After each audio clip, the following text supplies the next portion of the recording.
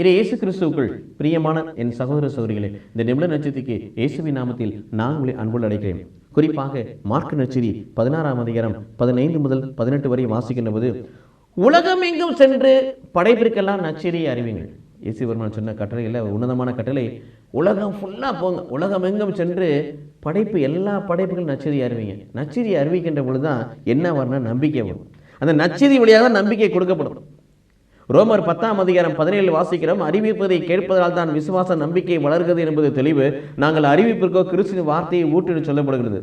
அப்ப அறிவிக்கப்படுகிற வார்த்தையை கேட்கின்ற போதுதான் நமக்கு என்ன வரணும்? கடவுள் மீது நம்பிக்கை, கடவுள் மீது விசுவாசம் வரும். அங்கே பார்க்கிறோம் பிரியமானே. ஆகவே உலகமெங்கும் சென்று நீங்கள் படைப்பிற்கெல்லாம் நற்செய்தியை அறிவிங்கள்.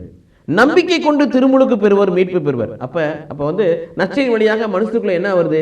நற்செய்தியை கேட்பதன் வழியாக மனமாற்றம் நிகழ்கிறது. நற்செய்தியை கேட்பதன் வழியாக கடவுள் மீது மனிதனுக்கு நம்பிக்கை வருகிறது. அப்ப கடவுள் மீது நம்பிக்கை கொண்டு திருமுழுக்கு பெறுகின்ற பொழுது மீட்பை அவர்கள் பெற்றுக் கொள்கிறார்கள். நம்பிக்கை கொள்ளார்களோ தண்டனை தீர்ப்பை பெற்றுக் கொள்கிறார்கள். அப்ப நாம் நரகத்தை பெற்றுக்கொள்வதும் பரலோகத்தை பெற்றுக்கொள்வதும் நம்ம கையில் இருக்குது. நம்பிக்கை கொண்டு திருமுழுக்கு பெற்று திருமுழுக்கில் கொடுக்கப்பட்ட வாக்குறுதிப்படி வாழுகின்ற பொழுது நாம் எதை பெற்றுக்கொள்கிறோம்? நாம் மீட்பை பெற்றுக்கொள்கிறோம், பரலோக வாழ்வை பெற்றுக்கொள்கிறோம். நம்பிக்கையற்ற வாழ்க்கை வாழ்கின்ற பொழுது தண்டனை தீர்ப்பாகிய நரகத்தை பெற்றுக்கொள்கிறோம்.